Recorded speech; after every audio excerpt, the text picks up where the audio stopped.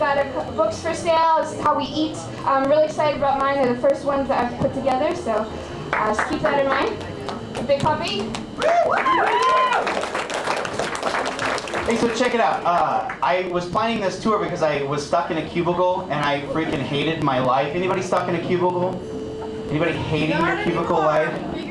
That's what I'm talking about. Thank God. Yo, I was hating my life. I was on Celexa, an antidepressant, just to keep me from fleeing my existence. I decided I was going to cut that out of my life. And the stupid job, I got rid of all my belongings. I donated my van to a local national public radio station. And then Erin heard about it. And she was in a cubicle. And she had never toured before. She'd never put together a book before. She had never done anything like this before. And she was like, I'm going with you. She didn't say, can I go? She was like, I'm going with you. She sold all of her things, sold her car. We are both homeless, leaving out of our backpacks and our rolly bags. Our only connection is through freaking Greyhound. So, yeah. Can we give it up for that, please?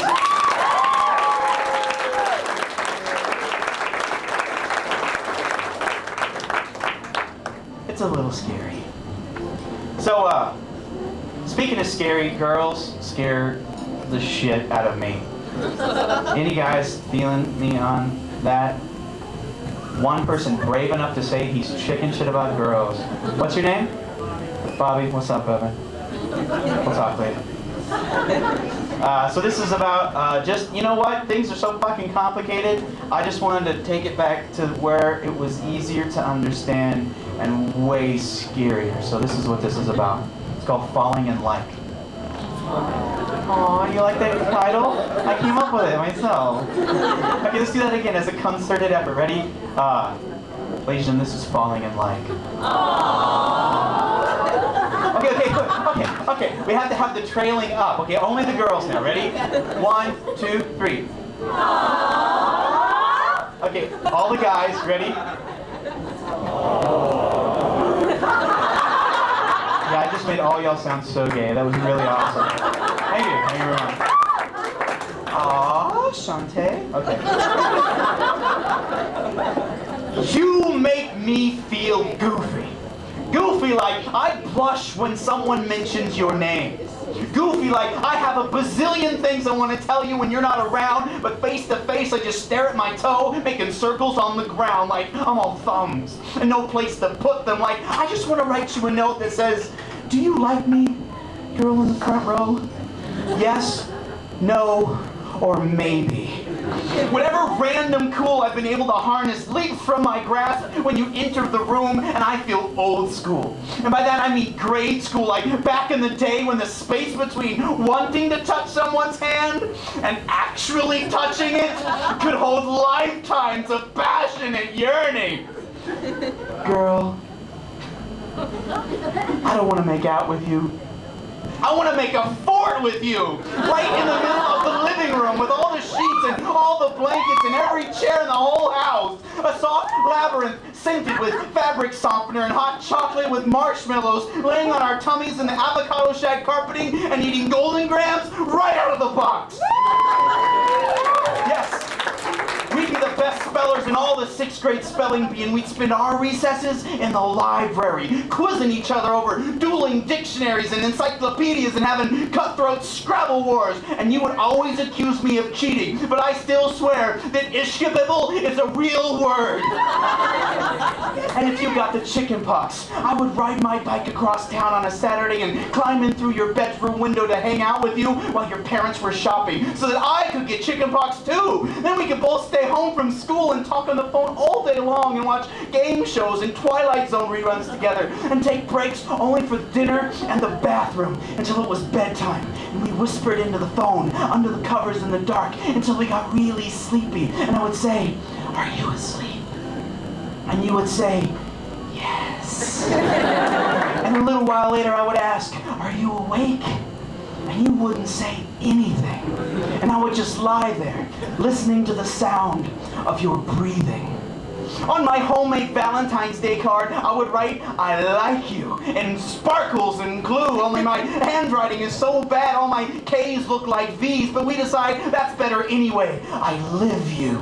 We'd make pinky swears while biting our thumbs and cross our hearts and hope to die promises with words like always and forever and never ever ever, promises you can only make when you're 10 and don't know any better. Back when 3 weeks at summer camp was an eternity and a change of school's a disaster. Back before pimples, before underarm hair, before bra straps and makeup, before graduation and college and graduation and real life. Back before resumes and jobs and careers and mortgages and marriage and divorce and debt and disappointment. Back when summers lasted forever.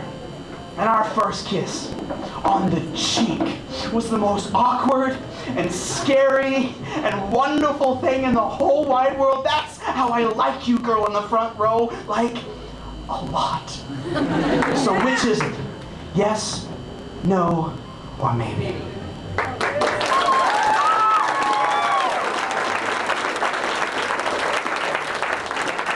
Just to let you know, the girl in the front row went, hell yes. She said, yes, I did. I'm going to hit that tonight. I'm going to tap it like a maple tree. What? I'll tap that like Morse code. That was really foul what I just did. I was humping like a dog.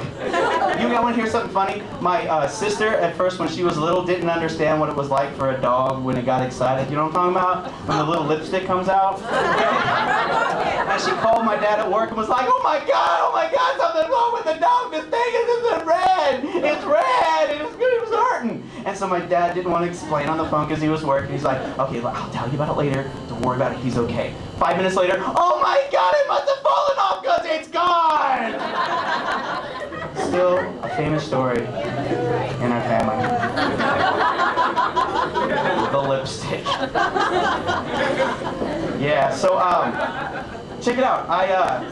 After years and years and years of just going to Kinko's and borrowing chapbooks from them and stapling them, I have a real book. Look, it's got a spine and a UPC code and an ISBN number, and I ain't playing, all right? On Amazon.com, $20 tonight, 10. And I would love to sell you one if you like something that you hear. Also, Erin, she's got 2 books that she made herself at Kinko's. Stole them. I stole them.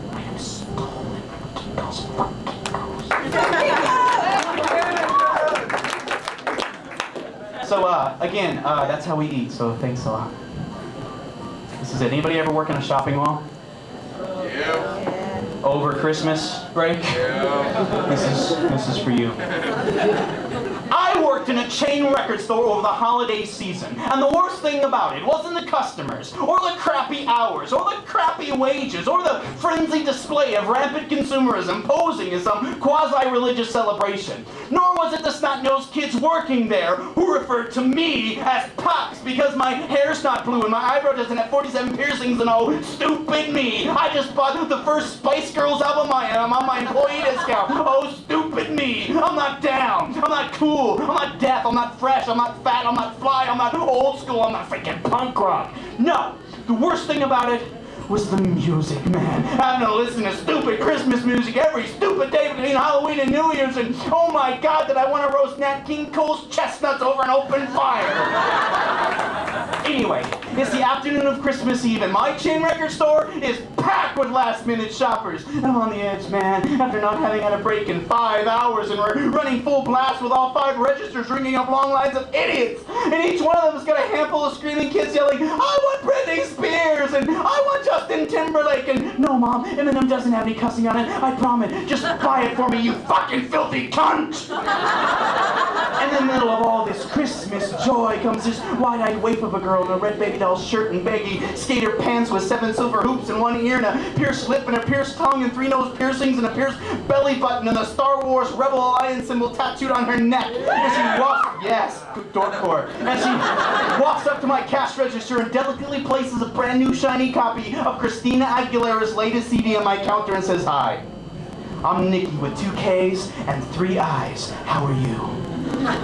And I say, well, Trish, I'll tell ya. I was just thinking of having my tongue amputated and reattached to my forehead so I can lick my own eyebrows straight. No, better yet, I'm gonna take a razor and slice my tongue in half down the middle, from the tip all the way back to my uvula. Then I'm gonna slice it in 4s. Then I'm gonna pierce the tips of each piece and attach them with silver chains to my ears so my tongue will blossom like a flower. And then I'll really be punk rock. Don't you think that would be punk rock? And I'm not gonna stop there, no. I'm gonna take a body modification to a whole level. To a new level, Trish. And I'm saying this, I jump up on the counter and kick the Avril Lavigne display and sing cassette singles raining down on the heads of the frightened shoppers. Just as the Mormon Tabernacle Choir sings, it's beginning to look a lot like Christmas. And I scream, there is no Santa Claus. There is no Easter Bunny. There's only me and I ain't giving you shit. Then Nicky with 2 K's and 3 I's says, do you take checks? And all of a sudden, I'm back at the counter just staring at this skater chick. So I say, you know, skater chick, that Christina Aguilera CD sucks except for that one song on MTV. And she says, it doesn't matter. It's only for my brother, and he's lucky he's even getting this. Just fucking ring me up. So I fucking ring her up, and I say, have a very Merry Christmas, Nicky. Next. And 2 more from Erin Livingston. Give it up.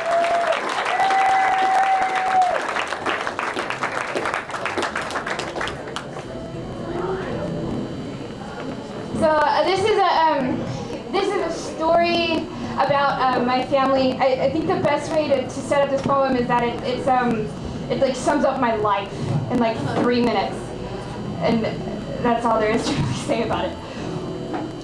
A letter arrived the other day from my grandma. It included an update on all the grandkids, the great-grandkids, a few aunts and uncles, my parents, the renovations in the living room, the moles in the garden, a photo of me and Thelma, that's my grandma, and a reminder that her life is only getting shorter. She tells me she prays for all of us all the time, and I'm willing to bet this even includes the moles. Thelma is a worrier. Always has been, always will be. Same with my mother, same with her sisters, same with me. My family, they worry about love, about money, about car insurance, health insurance, good credit, and the future of all these things, and I know it is all for the sake of those they care about most. They want us kids to be safe and happy. In short, they want us to not have to worry. So when I was 6, my grandma gave me a set of worry dolls from Mexico, said to tell each one a worry before placing it under my pillow, and by morning, the worry would be gone. Well, I thought this was an excellent invention and quickly put all the dolls to work. One night, while being tucked into bed, my parents discovered a veritable village of worry dolls living under my pillow. They expressed their concern that one so small should have so many worries, and I started to cry. Told them how I worried about world hunger and world peace, about being kidnapped and attacked in our sleep, about the house being robbed, about poverty and racism. I worried about making friends at school. I even worried about the worry dolls because they didn't freaking work. I'd wake up in the mornings to find the troubled tribe, and everything entrusted to them the night before would come flooding back to me. My world became no less distressing in the days that followed, and the older I get, the more I wish I didn't sell those poor little people for 5 cents at a garage sale. I mean, at least then I could delegate my dilemmas and hold daily meetings with each anxiety-riddled representative to see how things were coming along. Today, it's just me, left to worry alone, smothering under pillows of responsibility to self, to debt, to family, to the future, to all of those stuck riding this planet in circles with me, and I sit, and I worry still about world hunger and world peace, about being stabbed and carried away, about the environment and the holes in the ozone layer, all the problems that come with poverty and racism. I worry that my college degree stands for nothing, that there is no hope for desperate situations, that addictions might never be mastered, that love is as much a phase as hipster fashion. I worry that hipster fashion is not a phase. I worry I may never see my grandmother again, and there's no one to blame for that but myself. I worry that the worst is yet to come. In our comfortable, softened, veiled half existence, we will be too fickle and weak in the knees to stand up for ourselves with some righteous conviction. I worry that I am the only one who feels this way. I worry that everyone feels this way, but is already too scared to say it. So I sit and I worry so that one day no one else will have to.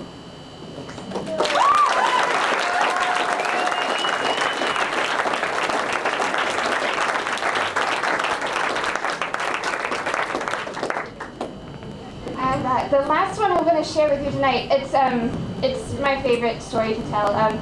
It's about when I moved to Austin, Texas about 2 years ago. Just kind of packed everything into my car. I didn't really have any savings, so I needed a job really, really bad. so I took the first thing that came along, and this is a story about that. The pimps provide a free fix, then bring their tricks to the kettle breakfast buffet to talk business. In the single occupancy bathroom, evidence of the woman's weaknesses mix among our collective menstrual trash. There's tissue wads that clot a cocaine-laced nosebleed, or a neon orange syringe cap wrapped in a single square stained by single red dots. And I see her almost every day around 12:30, knowing it's been over a year since she could use the night and her mattress for sleeping. Her strawberry blonde, tit-length curls and sour freckled face are fast approaching their expiration date. And she even works the Motel 6 parking lot while she waits for her number 5 extra cheese, no pickles to go. Despite her addictions and working conditions, she still manages to tip me $1 and some change, which is more than that man in the business suit left. And I can't help but wonder if he's breaking the 20 he flipped on the dresser while she was on his way out her door and into mine. On one occasion, my boss asked me to tell this wrinkle-faced, white-haired whisper of a woman wearing even less clothing to settle up on her coffee in the corner booth and leave. I ask him, what for? He states the obvious. So I offer up in her defense, or is it in mine, that we all need to make a living. To me, she is just an old woman sitting, sipping bottomless coffee for $1.29. She isn't hurting a thing, watching the mid-morning sunshine light show glint off semi-cabs and pickup trucks as they barrel along the highway at an anonymous hum. I tell my boss I refuse to be the one to shatter her cracked window pane gaze and take away such precious moments of freedom. When my morning shift is done, I rush home and strip.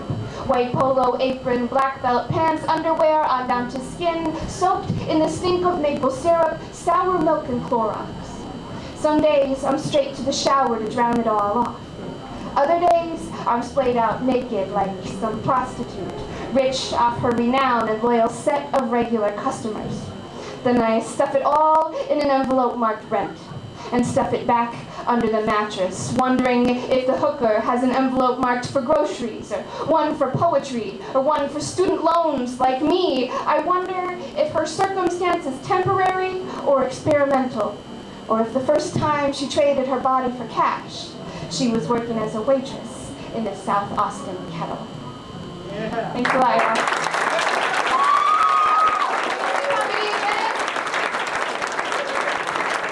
Hey, thanks a lot, you guys. Yo, give it up for Polly. He's going to come up and do this thing. We're going to be over there in the corner if you want to buy a book. God bless. Thank you. Give it up for your feature tonight. All the way from Austin, Texas. They will be over here. They've got stuff. We're going to take a 7-minute break. This is where you pee, smoke, talk to people, and simultaneously bum rush them and buy all of their shit. We're going to be starting the slam in like 7 minutes. No one is allowed to leave. You can go outside. No one is allowed to leave, including you, judges. Yes, you have signed on for the whole evening. Good? Not if you understand? Okay. Break!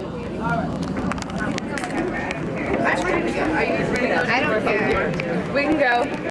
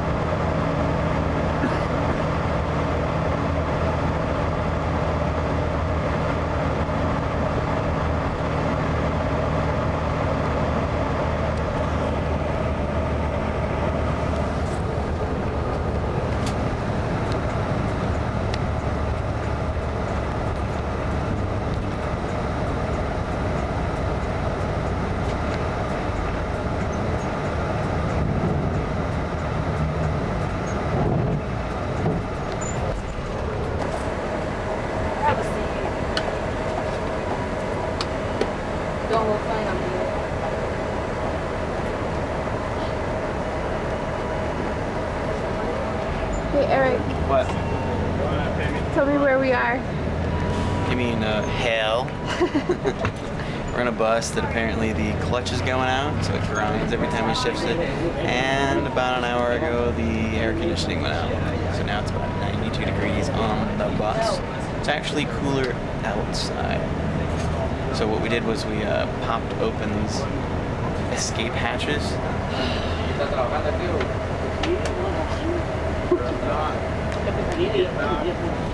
Yeah. Welcome to the glorious touring. It's so glamorous. Where's Paris Hilton? I think she's in the back of the toilet. Vomiting. Doing some coke. Hello.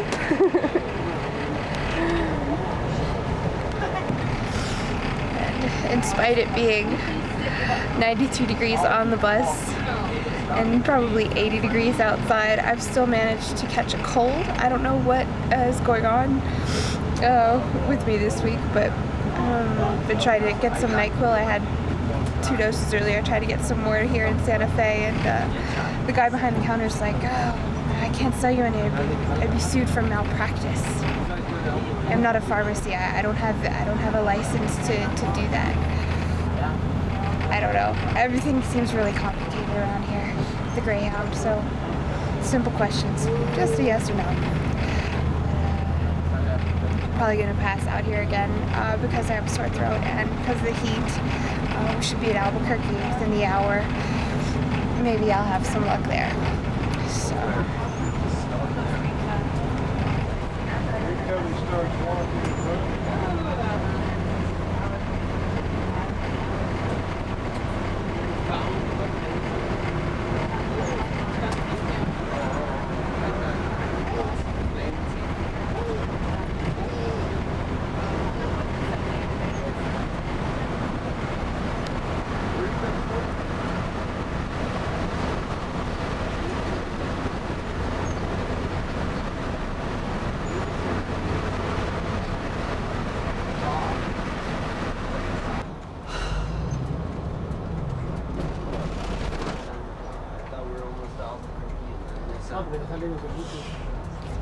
Hey, okay, cool. $15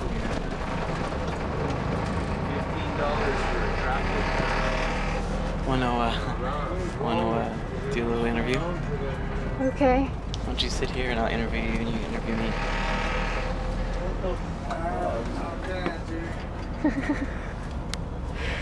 Air conditioner would be out on this darn thing.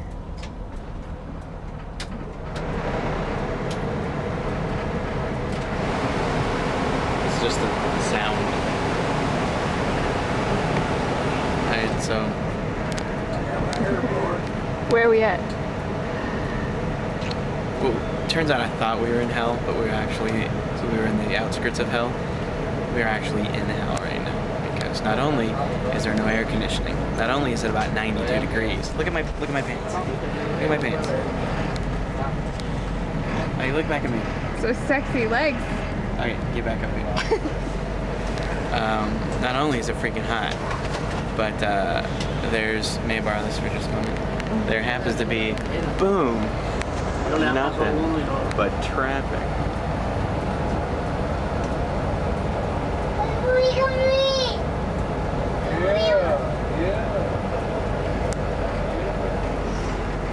Yeah. We now are mired in traffic at the outskirts of Albuquerque. So, no air conditioning. Already an hour and a half late. So I would imagine we're probably going to be even more late. And I don't even know what time it is. Freaking hot. I'm starting to get hungry. Okay.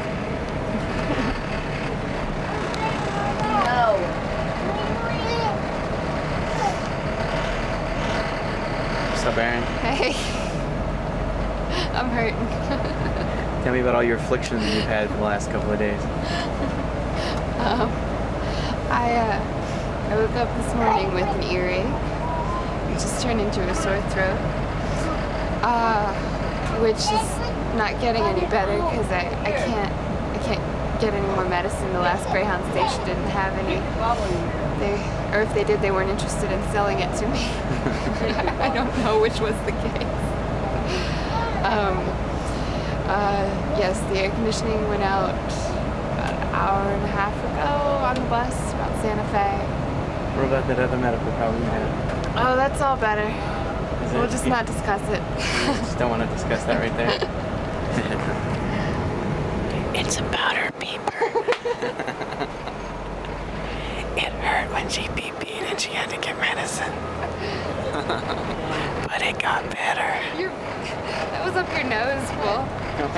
It was up your nose, yeah. And now we're sitting in traffic outside of Albuquerque. And it sucks.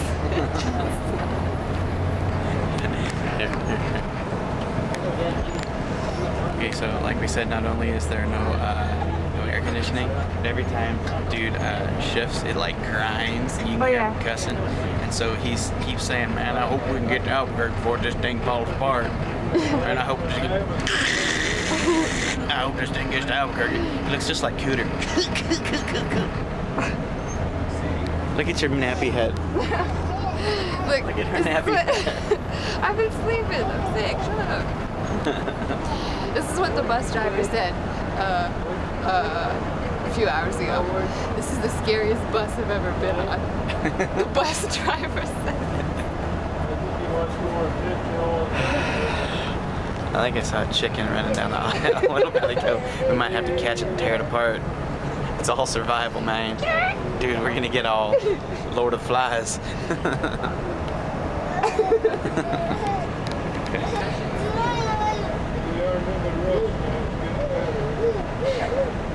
Move along, it's moving, not standing still. Like this one day, got up there.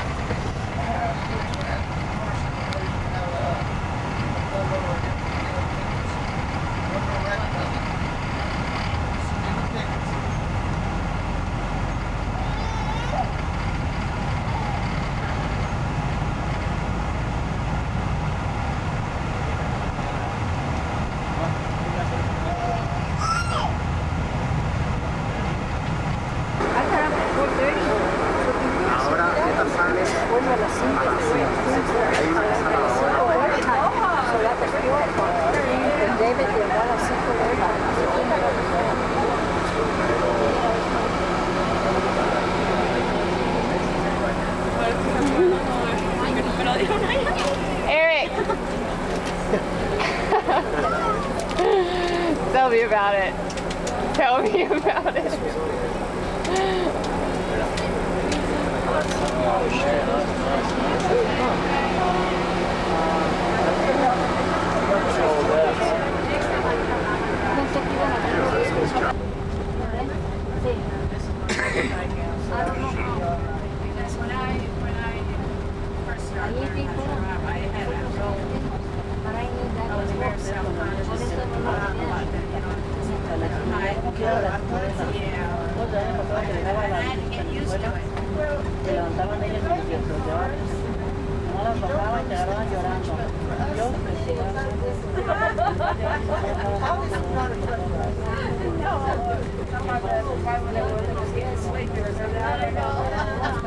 It sounds good in theory.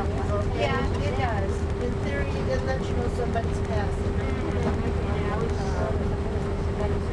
That's for sure. But it does blind you. Mirrors are set a certain way, especially the new cars and lights on and over.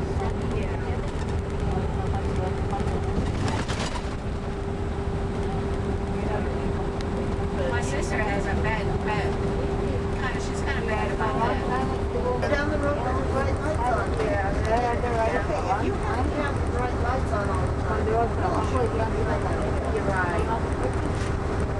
She was driving. Especially on straightaway. Yeah. It's one thing whether there's curves or not, but on a straightaway, come on. Yeah. Still, what the world do you have to work on? Well, Mark, there's nothing out there